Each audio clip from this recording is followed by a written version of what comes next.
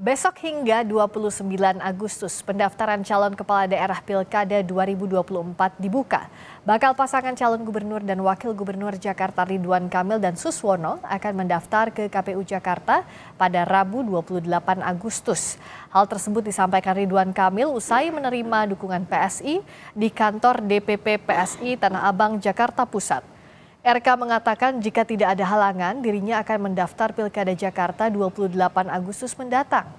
RK mengapresiasi putusan Mahkamah Konstitusi sebagai acuan pada Pilkada 2024. Menurut RK, makin banyak kandidat yang ikut kontestasi politik baik untuk demokrasi.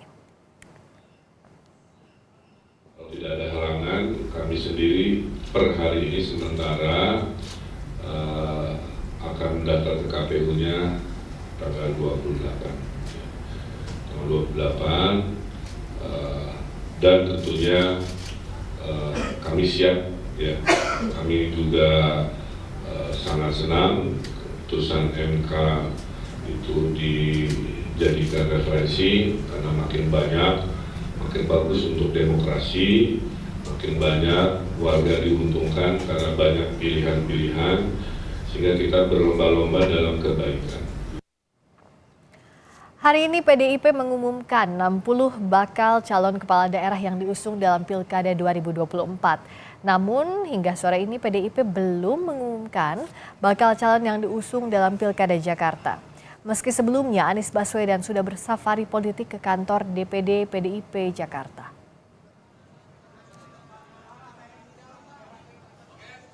Sementara itu Anies Baswedan tengah menunggu keputusan Ketua Umum PDI Perjuangan Megawati Soekarno Putri terkait pencalonan di Pilkada. Sabtu lalu Anies menemui jajaran DPD PDIP Jakarta selama 3 jam. Usai pertemuan, Anies memuji PDI Perjuangan sebagai penjaga konstitusi. Anies menilai PDIP konsisten dalam mengawal konstitusi saat terjadi penyimpangan. Pilkada tentu kita obrolkan, tapi kita semua menunggu apa yang menjadi keputusan. Jadi tadi sama sekali kita tidak menyinggung tentang keputusan, langkah dan lain-lain karena semuanya ada di DPP partai, di luar kewenangan kita. Tapi kita ini bukan pertemuan pertama. Kita sering diskusi, sering ngobrol bertahun-tahun ke belakang. Jadi sama Pak Amin ini bukan karena urusan pilkada aja, udah panjang. Cuman kali ini ngobrolnya di kantor DPD PDI Perjuangan Jakarta.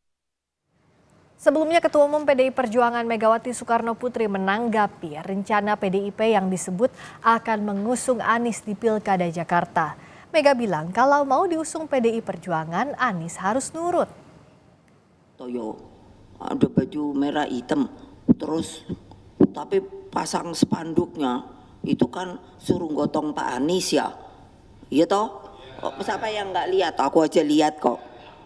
Itu. Aku bilang enak aja ya. Ngapain gue suruh dukung Pak Anies? Dia bener nih. Kalau mau PDI, kalau mau PDI jangan kayak gitu dong ya. Ya tinggal mau nggak nurut ya. Lihat dong. Dari sekian nama Bacagu Pilkada yang diusung PDIP, tapi jagoan PDIP di Pilkada Jakarta belum diumumkan. Ada apa? Apakah masih ada nama Anies atau justru PDIP memilih kader internal untuk melawan Ridwan Kamil di Pilkada Jakarta? Kita ulas lengkapnya bersama Ciko Hakim, politisi PDI Perjuangan dan politisi senior Partai Golkar Nurdin Halid. Selamat malam Bapak-Bapak. Selamat malam, Assalamualaikum. Waalaikumsalam warahmatullahi wabarakatuh. Ya.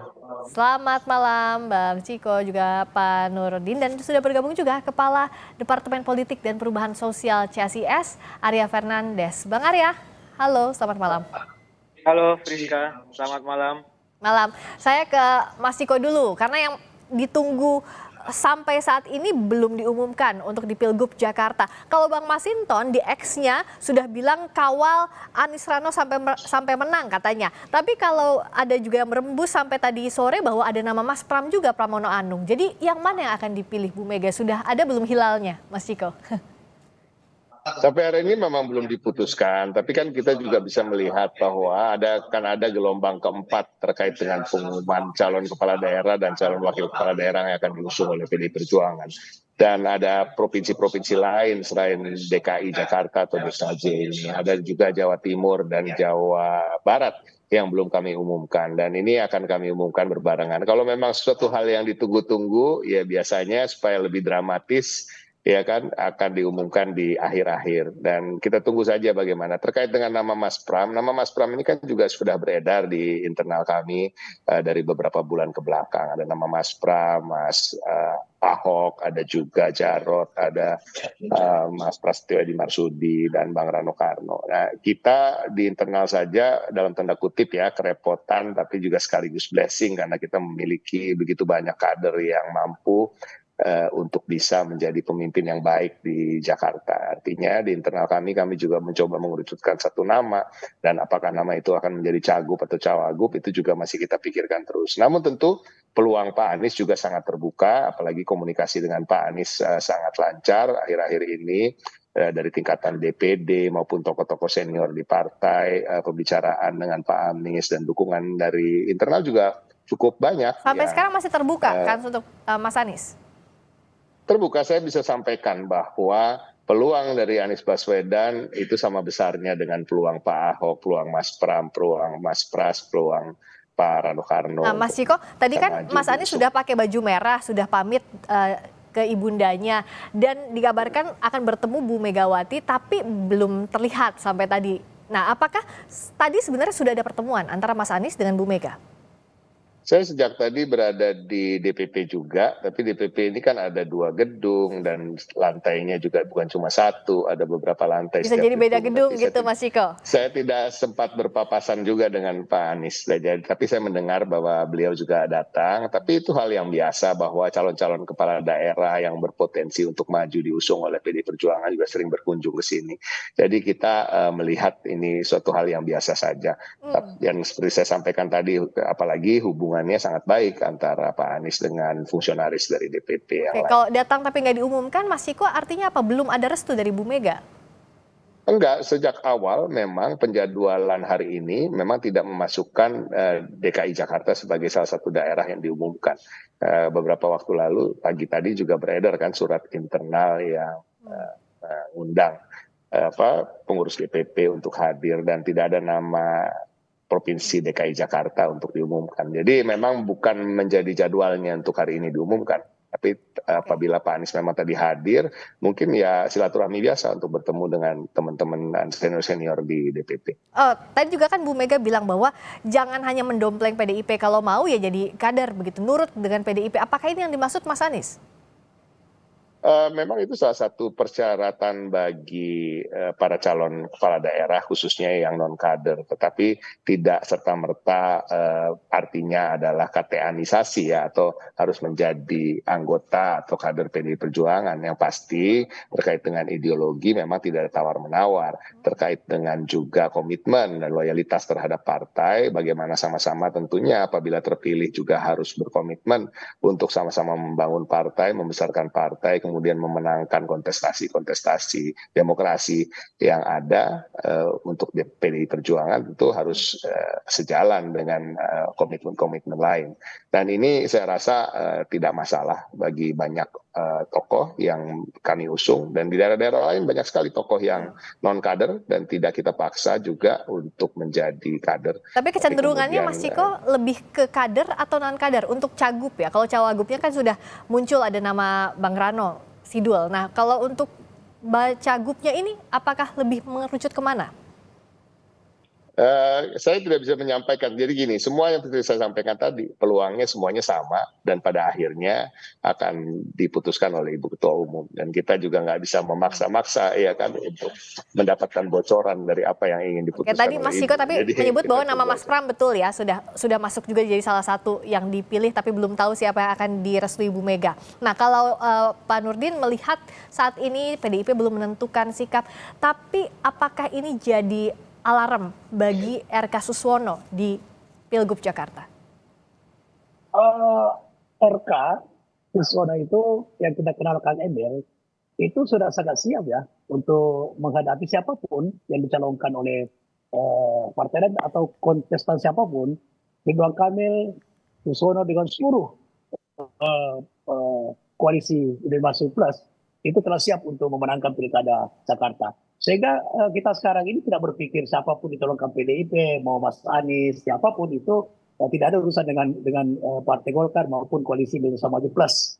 Kita sekarang konsentrasi setelah deklarasi, kemudian insya Allah mendaftar pada tanggal 28. Nah, sesudah itu kemudian sudah sekarang pun kita sudah melakukan persiapan teknis ya untuk memperkuat jaringan, memanaskan mesin partai, kemudian menyampaikan program-program kalau Pak RK dan Pak Suswani menang di Jakarta, maka Jakarta akan lebih baik. Jakarta menjadi kota dunia. Sekarang kita konsentrasi itu. Kita lagi tidak berpikir siapapun dicalonkan oleh partai lain, termasuk sahabat saya dari Tapi PDIP. Pak Nurdin, kalau kita lihat kan elektabilitas Pak Anies dan Kang Emil, kalau yang terakhir itu sangat bersaing. Bahkan Anies Baswedan di Litbang Kompas itu tertinggi.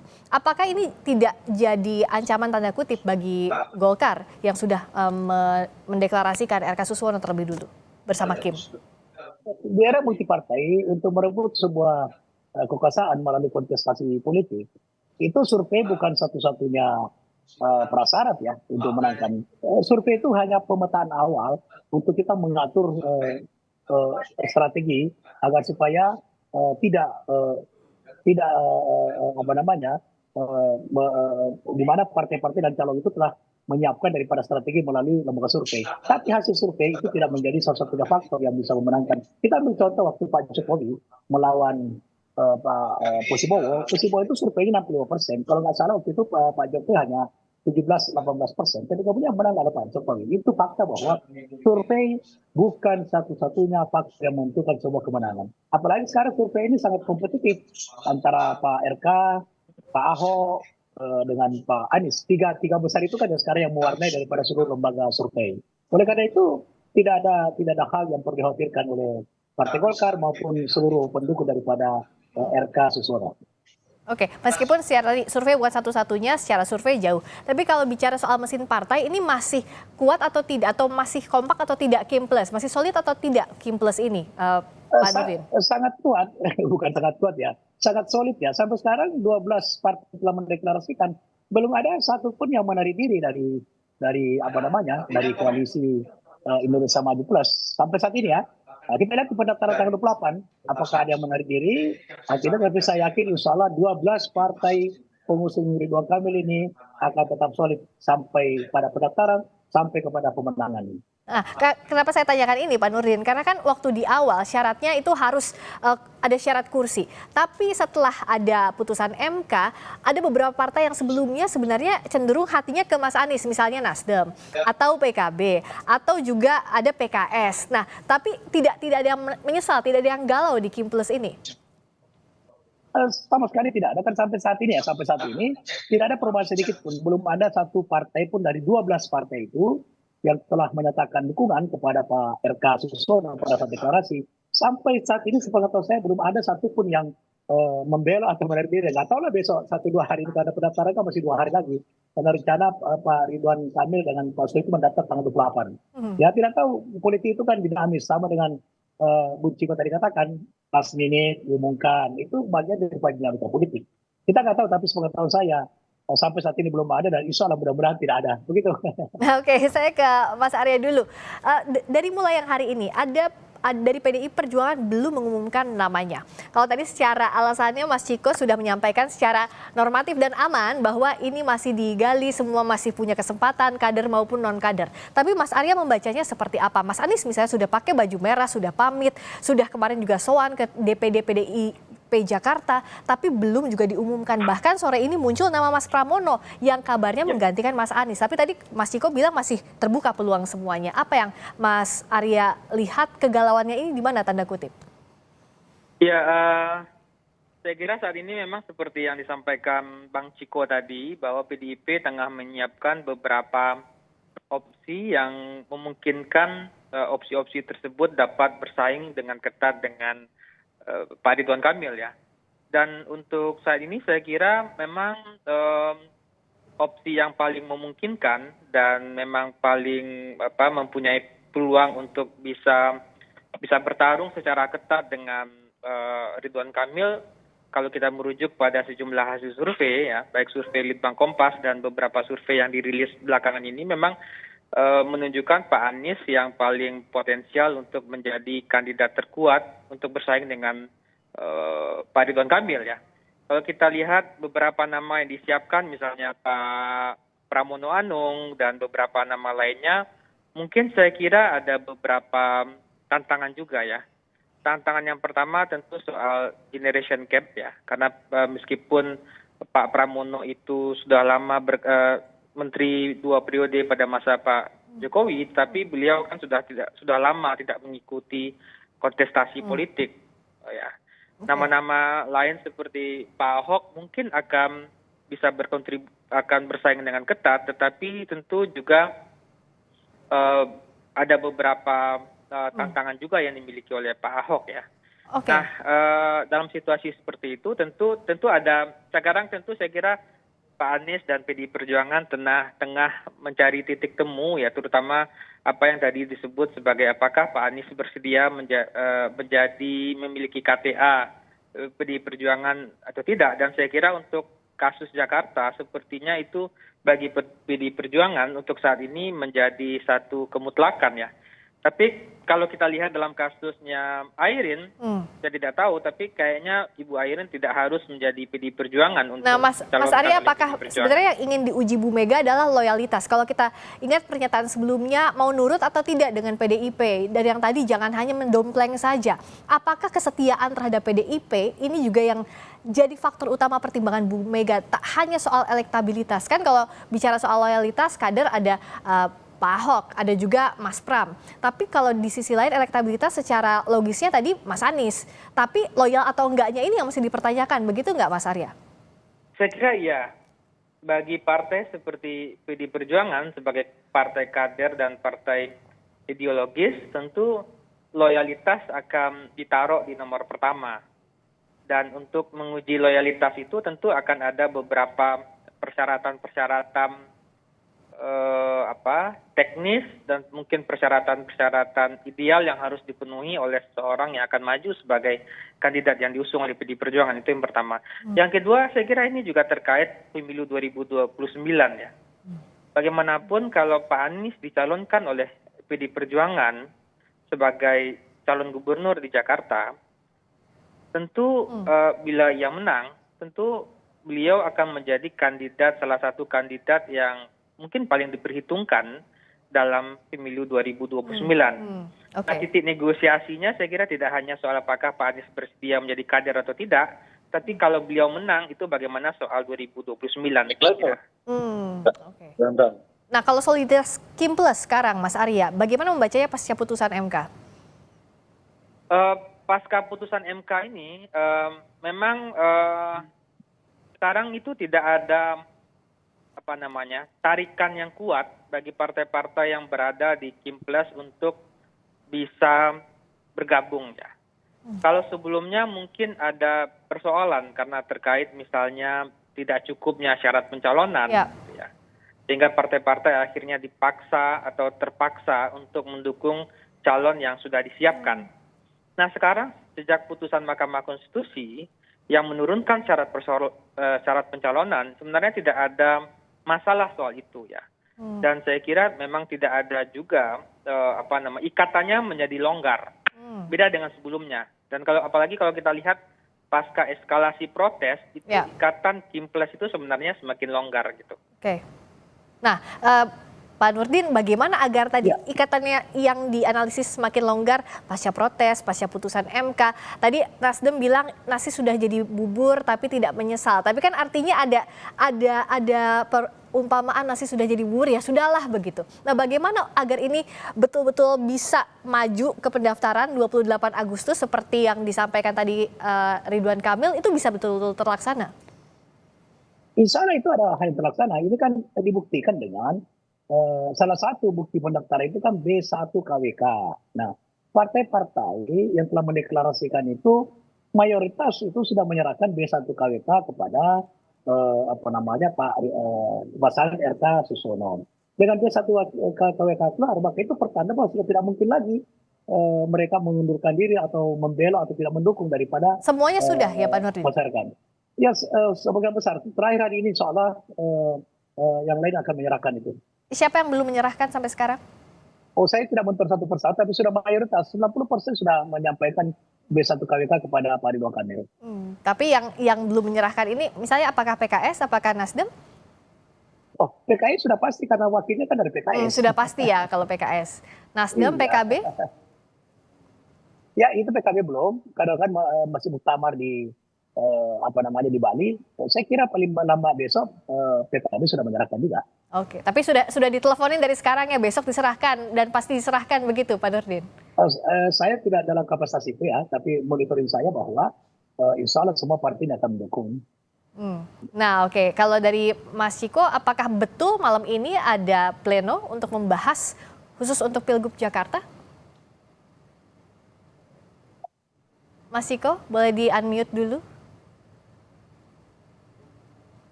Saya belum melihat ada pergerakan itu karena saya sendiri sekarang berada di kantor DPP PDI Perjuangan dan kita masih tunggu aja bagaimana besok. Paling tentunya yang paling utama adalah kita menentukan jam besok untuk mengumumkan pilkada calon-calon pilkada yang belum kita umumkan. Jadi saya sampaikan, saya ulangi lagi, masih ada 40 yang belum, ada Jawa Barat, Jawa Timur, dan Jakarta, dan tentunya kabupaten kota lainnya sekitar 30. Tapi pasti besok ya, 24 jam lagi ada namanya? Insya Allah, karena kan memang sudah mendekati hari pendaftaran. Tapi ya kita lihat nanti, seperti Bang Nurdin yang sangat senior dan udah berjibaku sekian lama di partai politik, tentu tahu dinamika di akhir ini sangat menarik dan bisa juga mengejutkan atau bisa juga landai, kita lihat aja nanti. Dan Mas Arya melihat bisa mengejutkan nanti sampai detik terakhir? Saya kira iya ya. Sebenarnya kalau kita lihat PDIP memang mendapatkan berkah ya dari putusan Mahkamah Konstitusi. Tidak hanya PDIP sebenarnya, tapi juga partai-partai, semua partai kecil menengah ya. Dan sebelumnya kalau kita lihat kan di beberapa pilkada itu kan PDIP agak kesulitan untuk mencalonkan ya. Ada kesan PDIP ditinggal oleh partai-partai lain, tapi setelah putusan Mahkamah Konstitusi itu PDIP sebenarnya punya peluang yang kuat. Pertanyaannya adalah apakah PDIP akan memanfaatkan dengan baik peluang ini atau tidak gitu. Oke, termasuk apakah ini bisa mempengaruhi kerjasama jangka panjang begitu Mas Arya? Tidak hanya pilkada ini tapi juga peta pilpres nanti setelah Pak Prabowo dan Mas Gibran menjabat.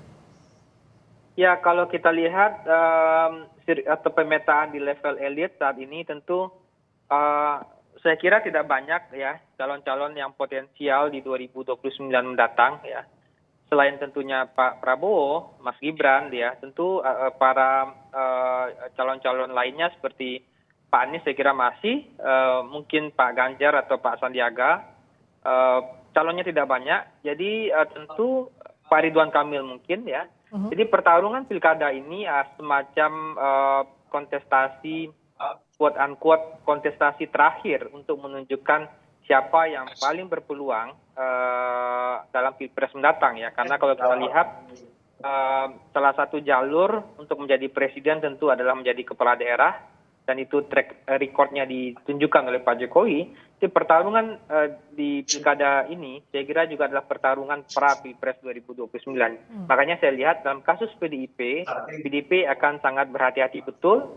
Bisa jadi akan kejutan seperti kata Bang Ciko tadi, atau bisa anti klimaks ya. Baik, terima kasih Mas Arya, terima kasih Mas Ciko, terima kasih Pak Nurdin. Kita menanti kejutan sampai detik terakhir di pilkada, terutama provinsi-provinsi yang ditunggu, Jakarta salah satunya. Terima kasih, selamat malam.